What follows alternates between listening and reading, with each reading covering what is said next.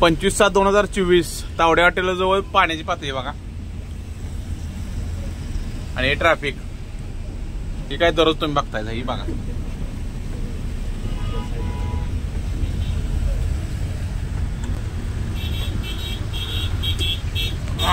विजय भाऊ कवाना घेऊन जाऊ दे आता. पुढे चान्सच घ्यायला नको. थांबायला लागेल काम काय नाही म्हणून.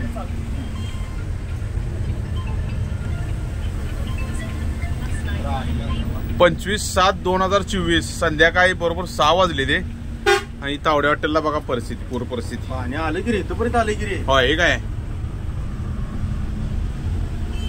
बाजार तावडे हॉटेल मध्ये पाणी शिरतंय आता. होय ना. आज रात्री बघा ट्रॅफिक जाम बघा. ट्रॅफिक लय लागले बाबा, काय म्हणलं. हो पुढे जाम लागला नाही रस्ता. पुढे जायचं नको पंचगंगेला. पंचगंगा इथनच बघा आता. हे पंचगंगाच आहे.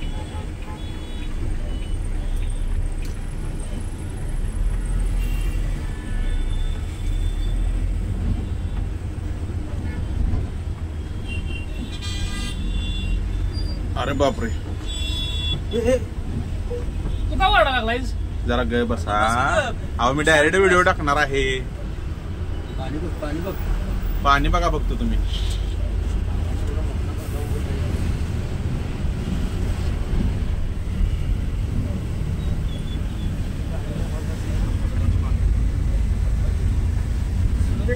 ट्रॅफिक बघा, ट्रॅफिक आणि पलीकडे पाणी. हा होय ना.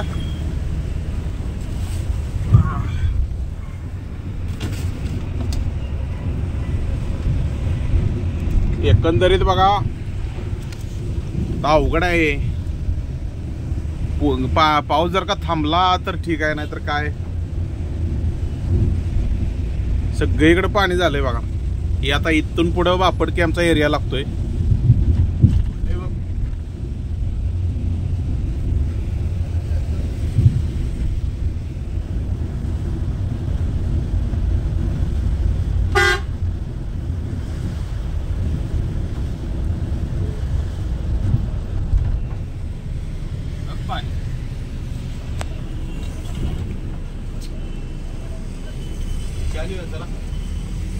शहाणं गाडी थांबवाय जागा नाही.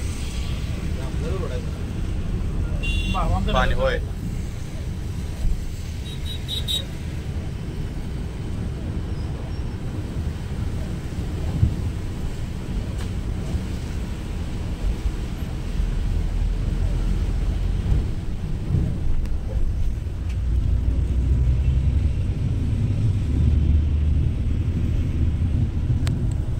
तर आता टायमिंग झालेला आहे 6:15 म्हणजे 25/7/2024.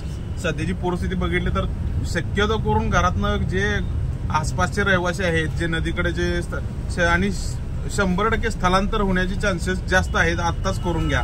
कारण काय आहे माहितीये का, अचानक लखमापूर डॅम आणि राधानगरी डॅम दोन्ही ऑलरेडी आता राधानगरी डॅमचे दरवाजे जे स्वयंचलित आहेत ते जवळजवळ 4 ते 5 दरवाजे उघडलेले आहेत. आणि आता विषय कसा आहे की जे लखमापूर डॅम आहे तो तर अजून ओव्हरफ्लो झालेला नाही. तो जर का झाला तर 100% एक 7 ते 8 दिवस एक माझ्या अंदाजे तर परिस्थिती आहे अशी कायम राहणार. धन्यवाद.